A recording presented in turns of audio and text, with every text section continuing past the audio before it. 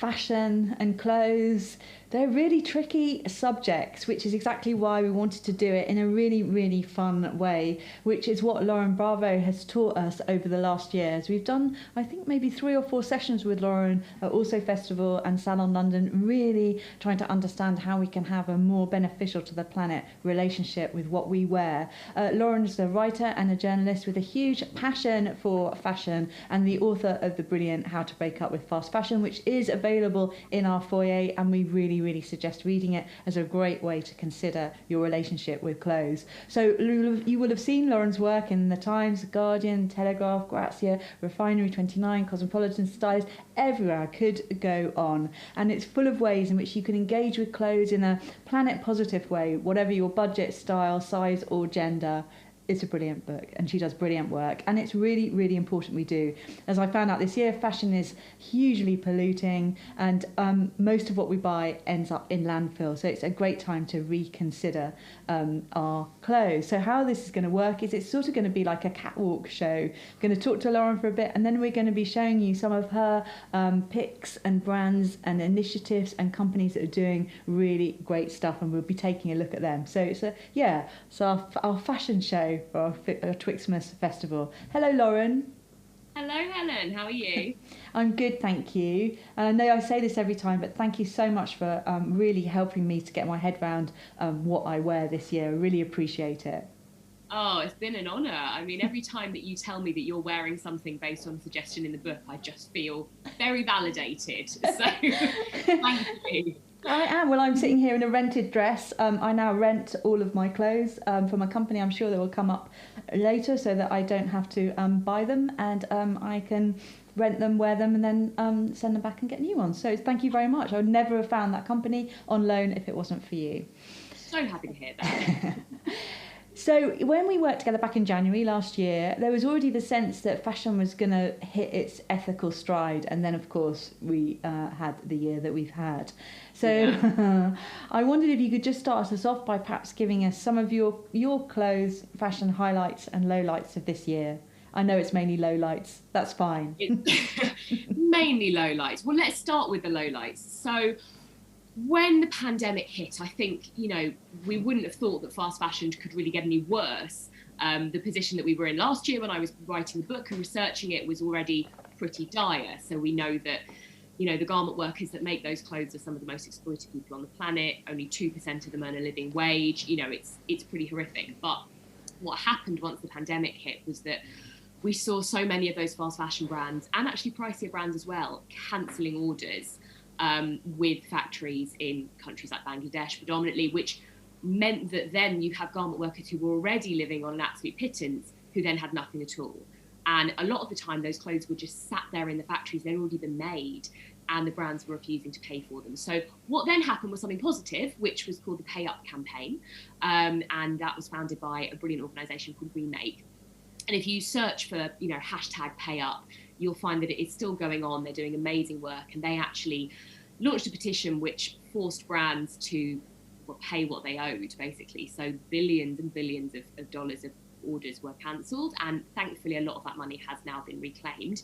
But it's still going on, and they've actually turned it into a broader campaign which is really fighting for garment workers around the world, and for their rights, for their right to unionise, for their right to work in safe conditions, and of course for better pay. So something positive has been born out of that, but I think it was just one of those moments where a lot of brands really showed their true colours, and just made us go, oh, okay, this is how they react when the world is supposedly pulling together and trying to get through this awful time. Actually, again, it's the most vulnerable people in that supply chain that end up bearing the brunt of it. So that wasn't good. That was grim. I think it was very interesting on a more localised level what happened to our shopping habits this year. So obviously loads of us, suddenly lost that urge to shop because we were sat at home in our sweatpants, no bra on. It really, I think, was really interesting because some of my friends were saying, God, I can't stop online shopping, because it was like a little pick-me-up and it was something to cheer them up, and, a parcel arriving from the DPD man was the highlight of their day. A lot of us went the other way and sort of went, actually, I have so many clothes in my life already. I'm not going anywhere. I'm not seeing anybody. perhaps now is the time to really get to grips with my shopping habits. And that was really interesting. And I talked to the psychologist that I interviewed in the book, called Dr. Dion Terrelong, who is fantastic.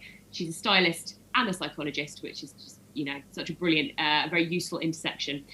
And I talked to her about this, about how our habits might change. And she told me some really interesting stuff about the sort of brain chemistry and the way that actually, because we had almost taught ourselves to get those little sort of pick-me-up dopamine fixes from other things. So maybe it was baking banana bread or going for a nice walk or having a bath or reading a book. We'd almost reprogrammed our brains so that we weren't necessarily using shopping in the same way that we used to as that go-to quick fix, you know, a mood booster. So I think that was interesting. And also industry-wise, we saw a lot of fashion houses and a lot of designers. This was the year that they actually said, do you know what, the schedule is ridiculous. The idea that so many, you know, these kind of designer fashion labels were doing at least 4 collections a year. You know, they had autumn, winter, spring, summer, cruise collections, pre-collections. It all got a bit ridiculous. And there was a massive open letter earlier in the year that a lot of designers signed to say, do you know what, actually, we're going to go back to basics. We're going to start doing more timeless collections, more genderless collections as well. We don't need the big kind of circus hoopla of fashion weeks twice a year that, you know, fly hundreds of fashion editors around the world. We don't need that. We're actually going to kind of strip it right back. So I'm hopeful for next year. I think it's really interesting. I think all across the industry, we're seeing people starting to sort of change their approach. So there's been a lot of bad, but I really hope that out of that, we're going to see kind of, yeah, some radical overhauls of the way that we dress and shop. Which have been completely unseeable at the beginning of the year. And as you say, you know, so many initiatives were kind of like bubbling over and under, and we've seen in lots of other industries that it's just sped up the adoption or, you know, adoption of kind of good ways of being in other areas. And I wonder if that's the same of shopping and the high street. And just before we go into brands, we were talking about this before we came on, but I think it could be really interesting to hear from you. You know, are you hopeful for the high street? Do you think some of the initiatives you talk about in your book, you know, we could start to see them on the high street that actually, you know, are a positive way to shop and have clothes? Yeah, I really hope so. I mean, one thing that we know going into 2021 is that we are going to have a lot of empty shops on our high street. Obviously, very sadly, you know, we have lost a lot of really big British high street players this year. And of course, it was a bit of a conflicting one for me because, you know, I think people maybe would expect someone like me to be rejoicing over the death of Topshop or Dorothy Perkins, etc. But of course, firstly, I'm never going to celebrate people losing their jobs. You know, I think that's absolutely terrible. And also, I think we're kidding ourselves if we believe that the reason that those brands have failed this year is because people are turning away from fast fashion, when actually the sad truth is that people are buying even faster fashion, and a lot of the time brands like Topshop and Debenhams couldn't keep up. So that is sad. What I really do hope could come out of those empty shops is, you know, what we've needed for decades already, which is a complete, you know, reinvention of the way that our high streets look. And I have this slightly utopian vision of a high street where, you know, you can still go and buy clothes. You know, I don't want there to be a future where clothes shops don't exist. But what I would love to see is repairing, upcycling and pre-loved clothes sitting proudly alongside new clothes on the high street. And I think that that's something we are starting to see. People are getting much more interested in, you know, how can we preserve clothes? How can we like make them last for longer? We don't necessarily need to throw them out and go and buy a whole new outfit if actually it's just a dodgy hem or a button that's come off, or maybe we want it to be, you know, a foot shorter. So I think, yeah, hopefully in the future what we will see is places to get clothes repaired, even in store. You know, I would like, if there is a Topshop in the future, I want it to be a place where you walk in and you can go into a pre-loved section and you can buy clothes from last year that someone has maybe bought back. You can go upstairs and you can have your shoes cobbled and you can have your hem stitched. You know, you can go to a section where maybe fashion students have upcycled old fabric, reinvented pieces. All of that should sit under one roof. So whether it'll happen next year, I don't know, but hopefully in the future, that is what I would really love to see anyway. Yeah, I really hope so, and hopefully things will come in quicker than we could have imagined, or it could have been seen in January. You never know. I love the fact that you're now accepting that most people will have to go somewhere else to get their hem stitched. That was just a step too far for me this year to get to the actual. Oh no, I have started sewing stuff, and no, yes, absolutely. I'm further along the. I might wait for the destination shop where you can go and have it done, but I have been sewing stuff much more.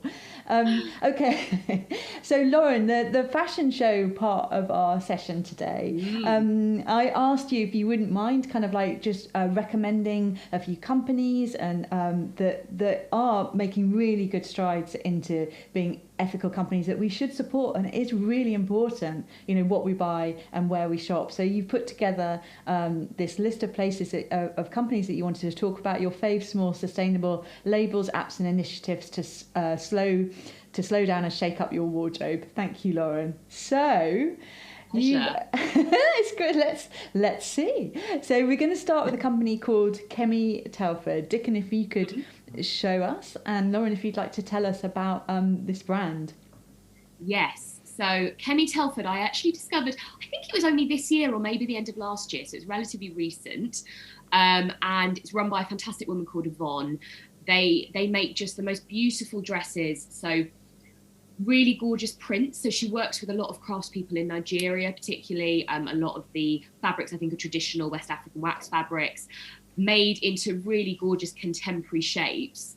Are we seeing them?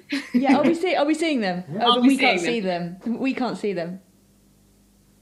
Yeah, no, I can okay. describe. Yeah, and I think everyone can see them. It's just you and I can't see them, Lauren. Oh, okay, fine, brilliant. And yeah, just like absolutely the dresses for this kind of year, you know, really roomy. Are you familiar with the nap dress phenomenon? That was something, I think the New York Times covered it, but essentially it was the name for those kind of very smocky, wafty, loose kind of dresses that we've all been wearing around the house because there's nowhere else to go. Well, Kemi Telford, I think, takes that idea to a next level. So just really beautiful dresses, made to order, which is something that, you know, we are seeing a lot more of now. And I think, yeah, that is the future, the idea that we're seeing brands making things directly to order, which means there's no waste. So yeah, you have to wait, you know, you've got to be a bit patient. You might have to wait 3 or 6 weeks even for that new piece to come through. But I like it because I think it means that, you have to really think about it. You know, it's an investment. When you're making that purchase, you have to think, well, am I prepared to wait a month for this to arrive? And if you're not, then maybe you don't want it enough. And yeah, just, you know, they do a lot of stuff with dead stock, with remnants. They kind of turn offcuts into scrunchies and things like that.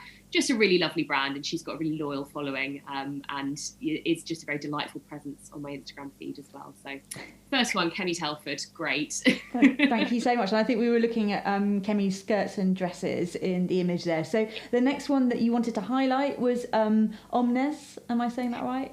Yeah, I have no idea. That's how I say it. That's how I say it. So Omnes, oh yes, I've got my image up now. There we go. So I'm really excited by them. I think that they are definitely one of the closest brands I have found to the fast fashion that people might miss when they quit it. And I think that it's really important for some brands to bridge that gap, because, you know, you're not going to convince people to sort of ditch Zara and overnight start wanting to dress in just one sort of utilitarian jumpsuit. You've got to ease people in. And I think they are doing a really good job of making clothes that are relatively affordable, because of course we know that ethical fashion, it does have to cost more than fast fashion in order to make it without exploiting anybody, but it doesn't have to cost £500 a pop every time. And I think that is such a misconception that puts a lot of people off, you know, and it certainly did for me. I always thought, well, I can't afford to buy, you know, one kind of immaculate, £500 dress.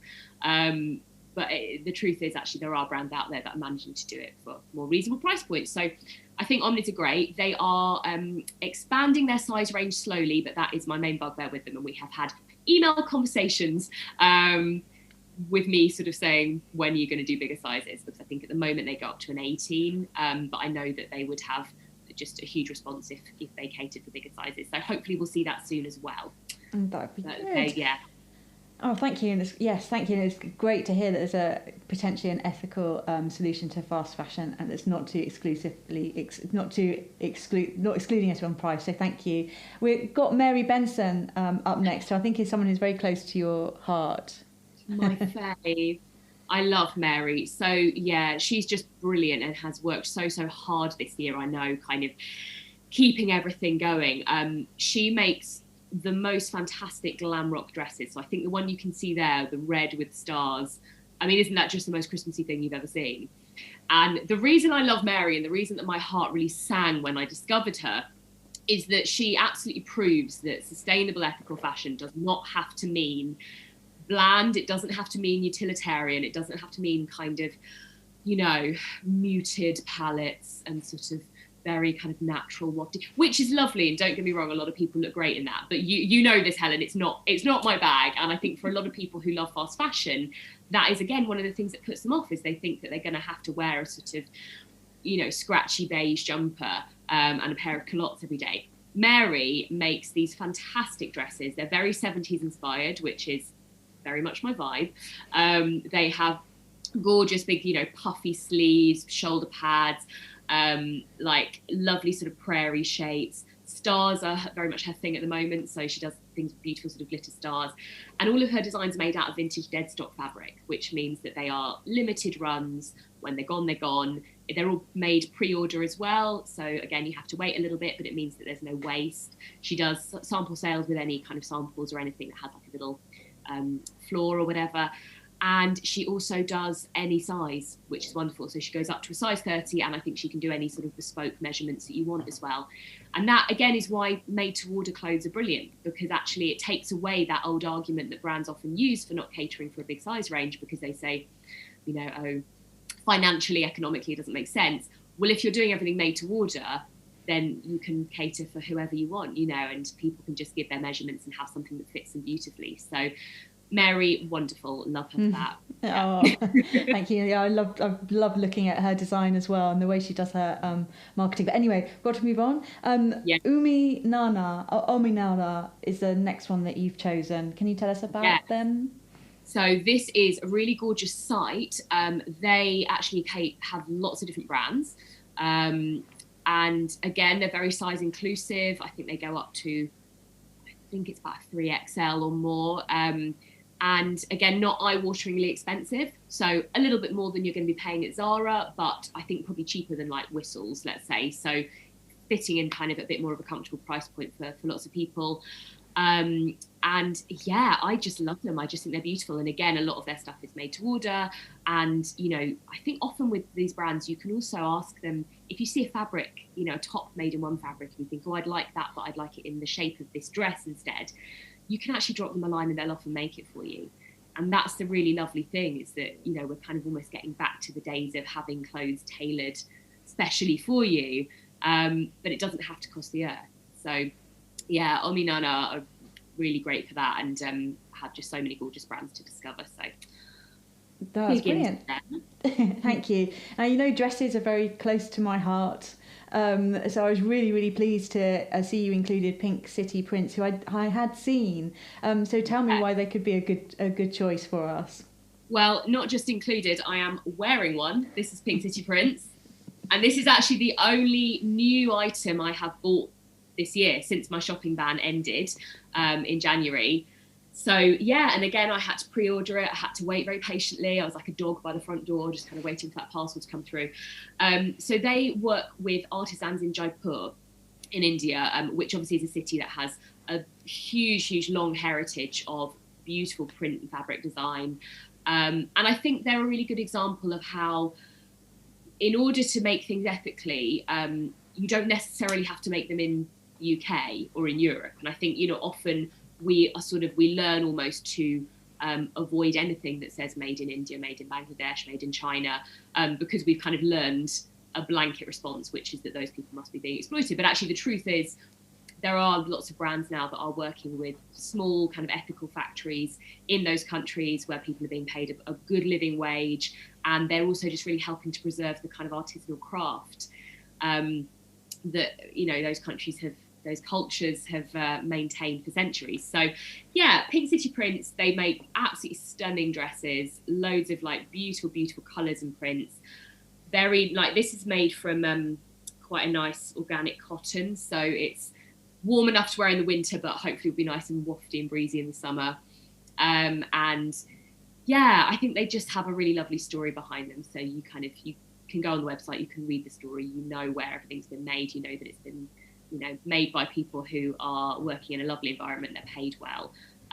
So yeah, they're a really great one. And again, colours, prints, glamour, it's not all beige.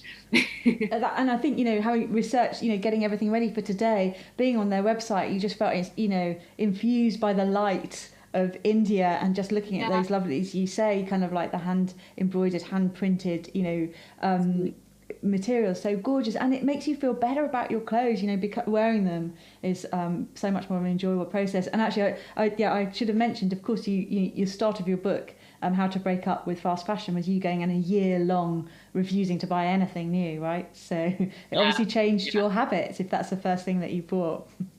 Yeah, and I mean, I bought this back in maybe October, so I got that far through the year before I finally went, okay, I am going to buy a new thing. I mean, I bought secondhand, I bought a lot of vintage, but yeah, so no, and I'm really delighted by it. And I've already decided that when the big collar trend, if this starts feeling a bit dated in a few years, I might just tuck it in, cut it off, adapt it, you know, it's a keeper. I'm wedded to it now. So. You're brilliant with a pair of scissors. So, so sportswear is a big issue, and I know it's something that people really struggle with to find brands ethically. I really love that you picked out a swimwear label. Can you tell us about Deacon and Blue? Yes, so Deacon and Blue I've actually been a fan of for years, even before I sort of quit fast fashion and started researching the book. They're great. So they make swimsuits out of a fibre called Econyl.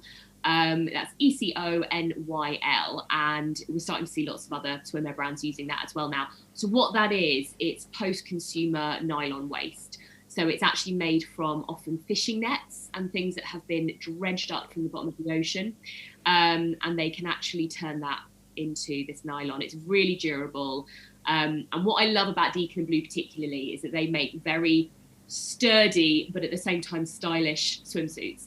And until I discovered them, I always thought that never the twain should meet, because like I used to swim every day in the Lido because I'm a, you know, millennial London woman cliche, and finding a swimsuit that was supportive, that I wasn't worried I was going to fall out of in the pool, but that didn't look too sporty because I didn't feel like I was sporty. I wanted something a bit more chic, was really difficult. And then I found Deacon and Blue, and they absolutely kind of tick that box. So they're really wonderful. Again, I think they are expanding their size range. They're probably not as size inclusive as they should be yet, but they are getting there. They and they cater for 3 different cup sizes as well, which is great. So you don't just have to be, what's happening? Sharing the screen. It's okay. Yeah, so you don't just have to pick your dress size, but you can actually then pick between 3 different types of cup size. So whether you're busty or whether you're not. They're just brilliant and gorgeous, like colours, really lovely shapes. I've got the one with the crossback that you can see there. I've got that in a nice fire engine red. And I always get compliments on it in changing rooms. So, yeah. I love crossback. The material as well, I think increasingly we're going to see that, aren't we? Kind of like materials that are a really good sustainable choice, because they're, you know, using up, as you said, you've talked about dead stock and stuff that isn't being material that has no use anywhere else, and it's really important thing to look out for. Yeah, it's tricky because a lot of synthetic fibres, it's still very hard to recycle into new clothes. So using, you know, other waste is one of the ways around that at the moment. But, you know, hopefully we are going to see the technology get better and better in terms of being able to sort of break fibres down and recycle them into new clothes. But we're not there yet. So when you do find something that is, you know, recycled synthetic, that's kind of the best we have at the moment. Yeah, so definitely look out for Nil. Thank you. Could we look at Ensoy and Lara Intimates at the same time if we are looking at underwear, or if you can show, you know, both of them, so Lauren can talk about them at the same time? And can I just declare I'm talking to you in a Lara Intimates bra? So are you? You're not going to show us? They're there are limits to what I will do, but also You do look comfortable though. You look I'm very comfortable. Yeah. Yes. You've got that inner calm that only comes from a really well-fitting bra. Okay, so I'll do ensoy, or actually ensoir, I think it might be. Excusez-moi. The founder is, I need to double check that, because I do, the founder Claire, I have worked with a bit, and she's brilliant. She is French, so they make silk, 100% silk camisole. So if you picture a really classic silk camisole with a lace edge, something, you know, and slip dresses as well, but they make them with a secret built-in bra, which I'm a bit obsessed with, because as a bustier person myself, you know, I have long kind of been on that mission trying to find the right strapless bra. Many stick-on monstrosities in the past. I've even gone as far as like sewing my own bras into things. Anyway, so she's taken away that headache, and it's made out of again, recycled nylon fibre. The bra inside there is recycled nylon, and they work with really lovely factories. Everybody's paid a living wage. It's completely traceable supply chain. Lovely. Lara Intimates, really lovely East London companies. They're near me, and they make all their beautiful bras out of, again, vintage dead stock fabric. And I think they're really size inclusive as well. So I can't remember off the top of my head, but they're pretty good. So yeah, and just really beautiful underwear as well. Again, you know, it doesn't have to be sort of plain cotton, like really lovely, lovely colours. And yeah, so very aware we're running out of time, so I'm not going to carry on blabbing. But underwear is something I get asked about all the time. So it's good to know, like, there are more and more brands coming through that are really making beautiful bras and things. And it's a complete reversal of the usual situation. They tell you what they're going to be making, when they're going to make it, if you want in, the day by which you need to be in on that run, and then it's gone. So rather than trailing around with so much choice, it's like, do you want this or not? And it's a really easy way to kind of feed into. I find it really useful. Should we talk about a girlfriend collective? Because I know I did ask you, you know, what about active wear? What about athleisure wear? Where do we go? Not that I wear it, I'm dresses or jeans, but it's really important.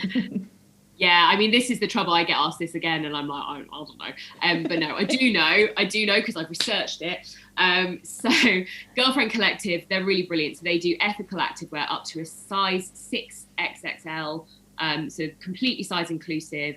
Their advertising is really joyful as well. You know, they just have such a brilliantly diverse range of people wearing their activewear, which I think is, you know, it's just about time, isn't it? And again, made with, I think, recycled nylon fibres, you know, the best we can get at the moment, because obviously synthetics they still take a lot longer to break down in landfill. They're still not ideal, but when we're talking about stretchy, high performance wear, we need a bit of nylon a lot of the time. We need a bit of elastane in there. So yeah, Girlfriend Collective, really great, really chic stuff as well.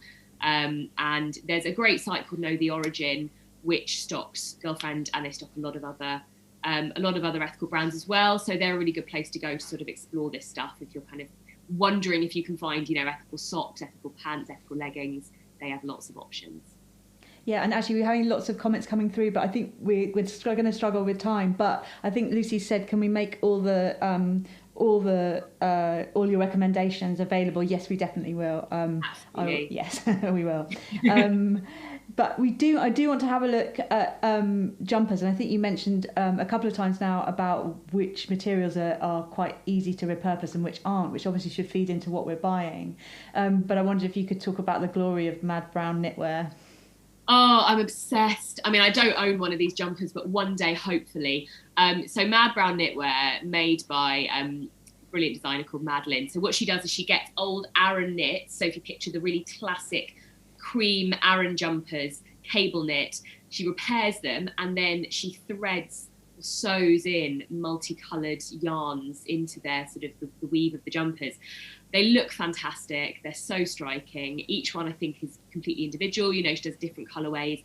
And like you were just saying, like with Lara Intimates, she releases them in these small drops. And so you've really got to be on it. You know, you have to look out for updates. You have to set an alarm on your phone. They all sell out really quickly. But I kind of like that. I think there's something nice about, you know, making fashion exciting again, and meaning you have to work a bit harder for it. I think you perhaps appreciate it more when you get it. You know, if you've had to sort of almost, it's elbows at dawn on the internet trying to pounce on that drop of clothes. So yeah, I really love what she does. I think, you know, taking something very classic and very durable, because of course wool, one of the most natural environmentally friendly fibres that there is, as long as the sheep have been treated well, and you know, really, really durable. So if you have an old jumper that's maybe just a little bit musty or it's got a few holes in it, doesn't mean that it's destined for landfill. You know, there's always things we can do to revive it, and she's a great example of that. So, because the most sustainable item is the one already on your wardrobe, isn't that exactly. right, Lauren? There we go. That's we're going to be talking about that issue with the Trailblazers new, and I think we have Alex is going to be talking to us in about 5 minutes. So we're just going to zip through a few more Trailblazers of Lauren's Trailblazers in the fashion world. So I know you love Birdsong. Yeah. Yeah. So I just checking we can see Birdsong. We can. And we've had, and we've also had a question from Jemima. Hello, Jemima. Thank you so much for all your work on Twixmas, asking about jumpsuits. And so I wondered if you could combine the two. Right. So, okay, Birdsong, they are the absolute model of a positive fashion company. You know, they're really wonderful and they're very holistic. So their motto right from the beginning has been no sweatshops and no Photoshop. So they were, you know, one of the first ethical brands to really realise that fashion, like fast fashion, is a feminist issue as well. And so everything they do is very much designed around, you know, uplifting women, people of all genders. They work with mostly migrant women in factories in London who are all paid a living wage and, you know, given skills, trained up to make clothes a lot of the time, I think, while their children are at school. So it's a really kind of positive, uplifting thing that they're doing for their makers, but also for their customers. So again, they are size inclusive. They are made to order. So, you know, I think they can make things bespoke as well. If you need certain lengths, they have a lot of sort of variables. Their clothes are really gorgeous. And one of the things I love that they do is transparent pricing. So for the last couple of years, and they've actually won awards for this, I think, on Black Friday, they have run a campaign called Transparent Friday, where they break down the cost of each garment, and they tell you exactly how much the workers are paid, how much the team are paid. Even, you know, their sort of CEO, Sophie, even releases what her annual salary is. They tell you how much they spend on marketing, and how much goes back into the sort of investment in the business. And yeah, I just think that's brilliant. We need to see a lot more of that radical transparency, because I think that once you can see where your money is going, it means that you are happier to part with your cash, I think, because you go, okay, well, I know that, you know, I'm not just throwing that money at a billionaire fashion fat cat. You know, I'm actually investing in a small business. I can see that every penny I spend on that item is being used in a really good way. And yeah, they're just wonderful, and their clothes are really gorgeous, and they do a lot of activism as well, a lot of campaigning. They're always kind of, you know, whatever they're doing, you want to be there with them, supporting it, basically. So big fan of Birdsong. I can see why. I can really see why. And, you know, and I think the other thing we talked about doing was really talking to people who are really providing really radical solutions to some of the issues you identify in your book, which is available in our foyer. If you'd like to buy it from us, we will happily send it to you. And so perhaps it's a good time for you to introduce someone you've been working with and to hear about their initiative. Yes, right. So I'll introduce Alex. Can we see Alex? Hi. Can we see Alex? Hi. Yeah, hi Alex. So Alex is Hi, thank you so much. Alex is the community manager and one of the founding team members of NUW, which is NUW, and they are just wonderful. I mean, I work with them, so I am biased, but I think they are one of the most exciting models for future fashion consumption. And part of the reason we really wanted to talk to Alex was, people always ask me, where can I shop? It's one of the questions that people kind of always jump to. And I'm always keen to sort of, obviously, to fill people in on amazing fashion labels that are doing brilliant things and making gorgeous clothes. But I also want to remind people that actually it's not always about shopping. We can't buy our way to sustainability. You know, as you said, Helen, the most sustainable item is the one already in our wardrobe. And of course, what we are starting to see more of is different ways of getting a new outfit, of getting that fix, without necessarily having to buy new clothes to keep. So we've talked a little bit about fashion rental, but tell me, Alex, what does New do? What makes you guys different? Because you are different. So talk us through it. We kind of took the most sustainable items already in your wardrobe and ran with it. So that's definitely kind of the mindset of New. But what we do is we kind of wanted to create a solution to the fast fashion problem without necessarily adding more. I think, like you're saying, like rental and like sustainable fashion brands like are so incredible and so beautiful, and oh my gosh, we love them, but they can be kind of expensive. And as our founder came out of university, she kind of realized that there was a gap for sustainable fashion that was affordable and accessible and available for your regular student, like anyone who's just come out. Like, obviously, we're not filled with cash at that point. So New was kind of born out of just sharing really each other's wardrobes. So going back to, again, like uni days or like just being with friends, like you borrow a mate's top for a night out, or you'd borrow your sister's dress, or maybe you'd steal it, I don't know. But there's all these beautiful clothes that already exist. So New was born more as a borrowing solution. So sharing your clothes with other people that you already own, and just giving them a new life. This was for events, or if you maybe just wanted a new jacket over winter, and people would just share their clothes, and it was a really cool little community that we made. Then, of course, the pandemic hit, as we all know. And we realized that we just kind of had to change how things were running. And a lot of people's mindsets towards fashion also changed, which was really quite great. There was I think about a 300% increase from Depop for secondhand fashion selling. And also with the rise of Gen Z, like there's just so much more interest in buying secondhand fashion because we have a generation who's completely aware of these issues and wants to do something positive about it. So we were like, okay, let's go back to basics a little bit. And we actually launched a swapping side of the platform as well, which means that people are able to upload their own wardrobes, get a token and swap it for something new to them. And it's just extending the life cycle of those clothes again, even further. So it's not just borrowing for a short time, but you get to find something new to you that you have for keeps.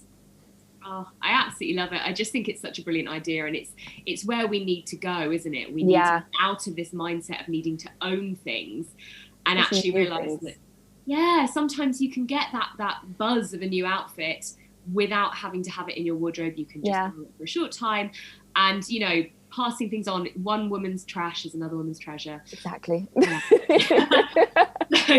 So New it's an app. You can have it on your phone. Mm-hmm. Tell me a little bit about how the response has been this year, and how have you seen that community grow and change, and are people really responding well to the idea of swapping, sharing? It's been really good. So obviously it's a big shift going from just short-term sharing to long-term swapping. But that came out well. We've expanded. We used to just be in London, Cambridge and Dublin. Now we're all across the UK and Ireland. We've partnered with some incredible people like Parcel Motel who do locker service. So we're trying to reduce our impact, of course, with long distance sharing while keeping things contactless. And we've also just become free. So we were a subscription model and now we are completely free, which means there is no excuse not to have it anymore. No, I love that, because again, I think with all of these things, a financial barrier often puts people off, whether it's, them wondering if they can afford it, or even just knowing they can afford it, but they can't quite be bothered to pull the trigger and get into it. Yeah, and I think, having it free is just, like you say, there's no reason for people not to give it a go. Yeah. Have you had any fun stories of people sort of swapping certain items, or any particular exciting things that you can't believe someone Definitely. Yeah, so I think one nice thing that we found as well from swapping and sharing is that people leave little notes when they send things over. So there's like people saying like a gal swapped a dress that she was going to wear for her birthday and wrote a lovely message like saying thank you so much, and shared it on Instagram. And like you get to see the journey of those outfits and where they go and who wears them and what happens next. But we've also just had a wedding dress listed for borrowing, so for sharing, which is so amazing to think that we've kind of pivoted a mindset towards that. And I really hope someone borrows that because it's beautiful. And you just save a lot of money, and like you only wear it once. So I think Sarah Blakely, I think, who's the founder of Spanx, did the same thing with her wedding dress, where she's lent it out, I think, on 3 occasions now, just to make the most out of it. Because again, it's just going to be something that's sitting in her wardrobe. So it's really nice hearing like little stories like that, and knowing that we're building a community that genuinely really care about what's happening and are willing to kind of put in like their most treasured outfit, like their wedding dress, to share and just make a difference with what we're wearing. I absolutely love that. I mean, I talk a little bit in the book about I share a coat with my friend Caroline, Yes. and whenever we meet up and swap it over, and we each other little notes in the pocket. And I also wonder if people are maybe more likely to take care of their clothes better because they're thinking, well, when I maybe get bored of this, I will swap it. You know, it will find a new home rather than it will go in the bin or it will go in the charity shop bag. And I do think that is something that, might be a nice knock-on effect of more people getting into using platforms like New, is that we kind of will take better care of our clothes. We will think about how we wash them and how we store them and maybe repair them, because they are going to carry on that life, whether it's with us or with the next person. Exactly. Yeah. And I think with like, so obviously we accept a wide range of different styles and fashion to come on the platform, but fast fashion goes on there as well, and it just shows like it's not like we're dismissing cheaper brands or cheaper fabrics or anything like that. It's that you can make that that piece last a lot longer and give it more of a life than say you normally would. And I think you're right. I think people are taking more care of their clothes and like kind of learning a different approach and a different mindset towards what's in their wardrobe really, and how that can be extended.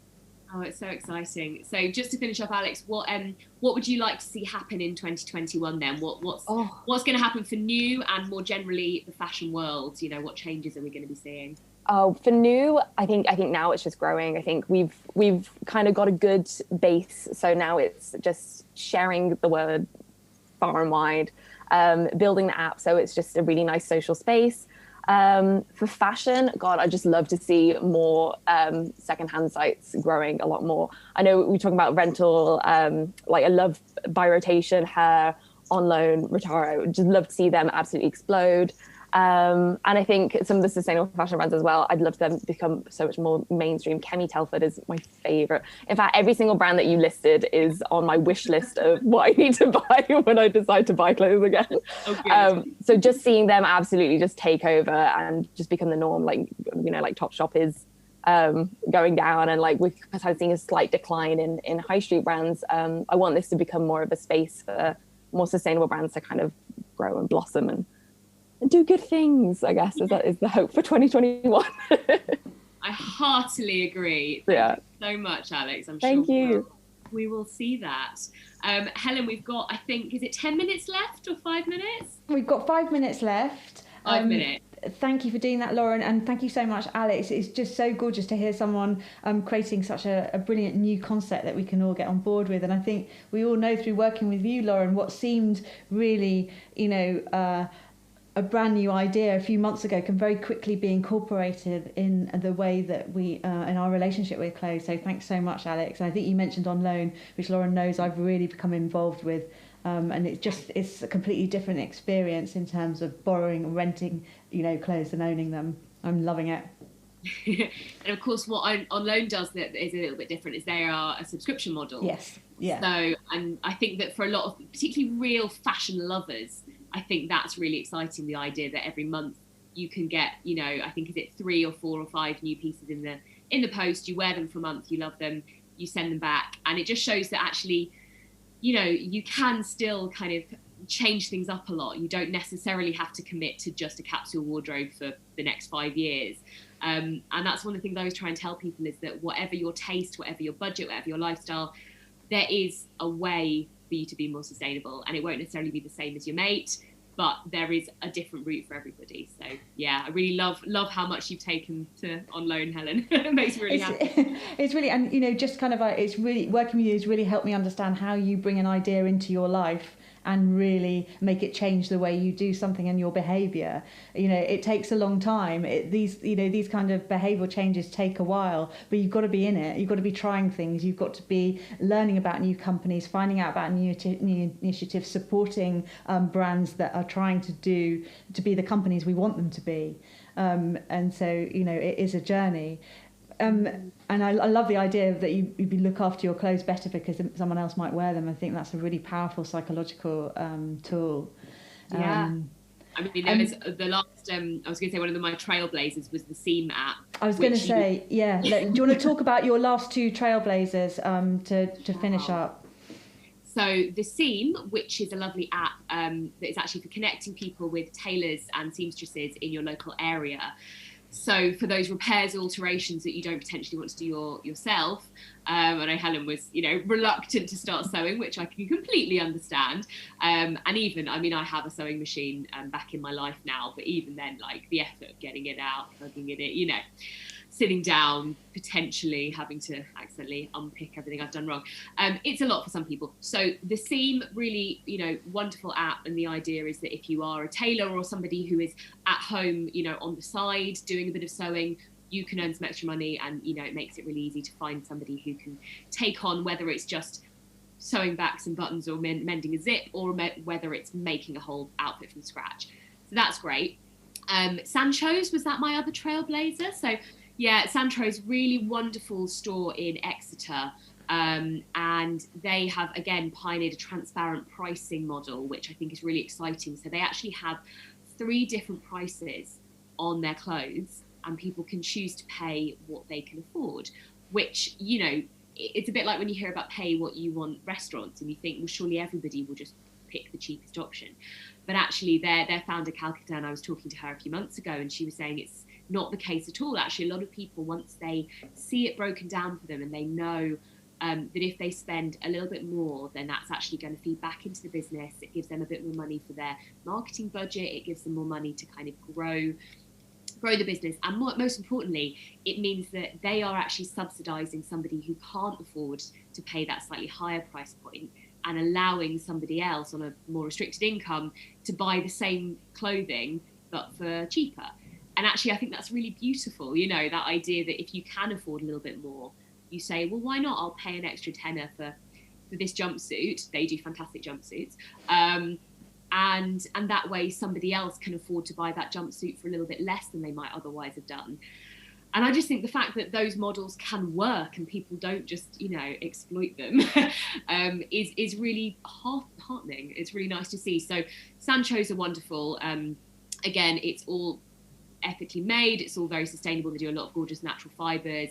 And yeah, Calcutta, the founder, is just awesome. She's a brilliant person to follow on social media as well. Has a lot to say, and she's really inspiring. So yeah, great people to check out. Do you know, there was one more? It was just because I know vintage is your first love, and I know you did have one recommendation for a vintage pick, which was a virtual vintage market. So I'm sure it's a great place. Notes, there it is. So, virtual vintage market, definitely one of the highlights to come out of this year and the pandemic.